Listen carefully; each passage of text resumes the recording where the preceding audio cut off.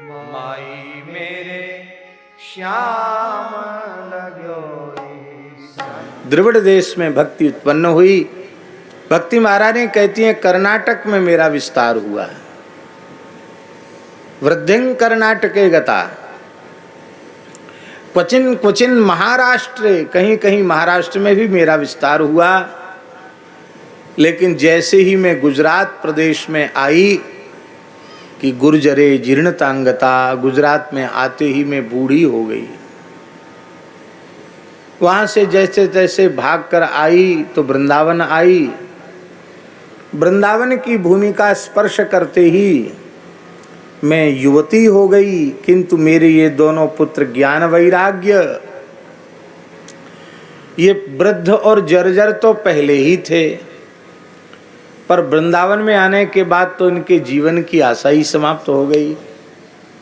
ये तो एकदम कटे हुए वृक्षों की भांति, शुष्क काष्ठ की भांति ये पड़े हुए हैं, अचेतन जैसे हो रहे हैं। कोई माता युवती हो और उसकी संतति वृद्ध हो तो यह लोक विरुद्ध है। दूसरी बात यह है, माता का सुख दुख अपना नहीं होता है। माता संतान के सुख से सुखी होती है और माता संतान के दुख से दुखी होती है। मैं भले ही युवती हो चुकी हूँ, किंतु मेरे पुत्र ज्ञान वैराग्य दुर्बल हैं, क्षीणकाय हैं, अंतिम श्वास गिन रहे हैं। इसलिए मैं वृंदावन में भी सुख का अनुभव नहीं कर पा रही हूँ। और ये जो देवियाँ हैं ना सेवा में, ये सामान्य देवियाँ नहीं हैं। गंगा, यमुना, सरस्वती, नर्मदा, सरयू आदि आदि पवित्र नदियाँ ये मूर्तिमती होकर हमारी सेवा कर रही हैं।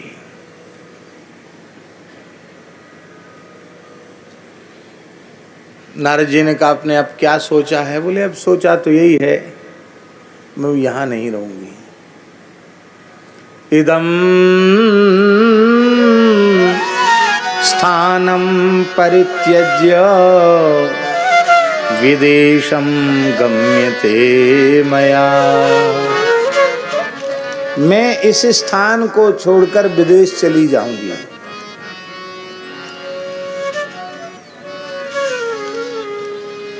विदेशम गम्यते मया।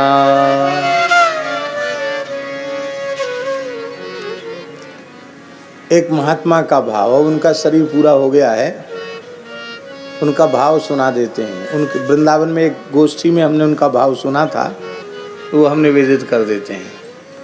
वो कह रहे थे कि सत्पुरुषों के मुंह से कभी कुछ भी निकल जाए वो पूरा हो ही जाता है। उस समय तो नारद जी से कह दिया कि विदेशम गम्यते मया, नारद जी ने नहीं जाने दिया। बोले बाद में एक महात्मा आए वृंदावन में, स्वामी श्री प्रभुपाद जी, और वहाँ श्री राधा दामोदर मंदिर में बैठकर खूब भजन कर रहे थे। तो भक्ति महारानी ने कहा कि भाई हमने कहा है एक बार विदेशम गम्यते मया, तो चलो हम घूमे आवें। तो बोले महात्मा श्री प्रभुपाद जी के हृदय में या मस्तक पर विराजमान होकर वे बाहर भी चली गई। और बाहर जाकर के बाहर के अनेक जो लोग हैं, जहाँ उन लोगों का वहीं जन्म हुआ था, वहीं के धर्म और संस्कृति में वे पले पुसे थे, ऐसे लोगों को भी श्री स्वामी प्रभुपाद जी ने इतने अच्छे संस्कार प्रदान किए कि आपको सुनकर आश्चर्य होगा। हम कोई प्रचार करने नहीं बैठे यहाँ बैठकर, पर आपको सुनकर आश्चर्य होगा। यहाँ के वैष्णव कई बार प्याज लहसुन भी नहीं छोड़ पाते। वैष्णव हो जाते हैं लेकिन प्याज लहसुन भी खान पान के रूप में नहीं छोड़ पाते हैं।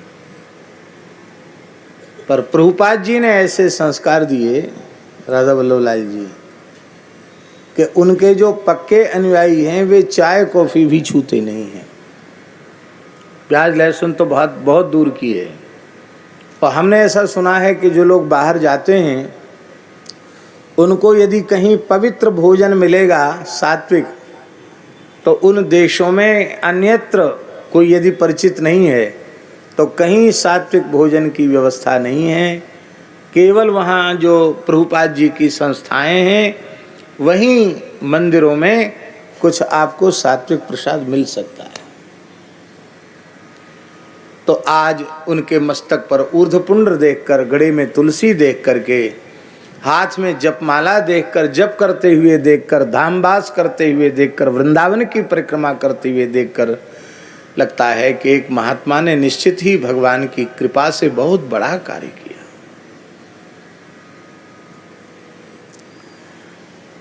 भक्ति महारानी बोली, विदेशम गम्यते, मैं बाहर चली जाऊंगी।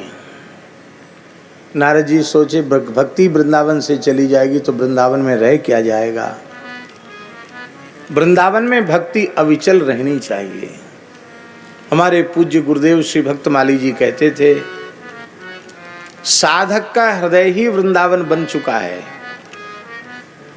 किंतु उसके हृदय रूपी वृंदावन के यदि ज्ञान वैराग्य जर्जर हैं, दुर्बल हैं, दुखी हैं, क्लांत हैं, तो उस हृदय में भक्ति महारानी अधिक काल तक नहीं रहेगी, उस हृदय को छोड़कर चली जाएगी। इसलिए भक्ति को हृदय रूपी वृंदावन में बसाना है तो उसका श्रेष्ठ साधन यही है कि भक्ति तो युवती रहे पर हमारा ज्ञान और वैराग्य भी युवान बना रहना चाहिए, ज्ञान वैराग्य भी जवान रहना चाहिए। मेरे श्याम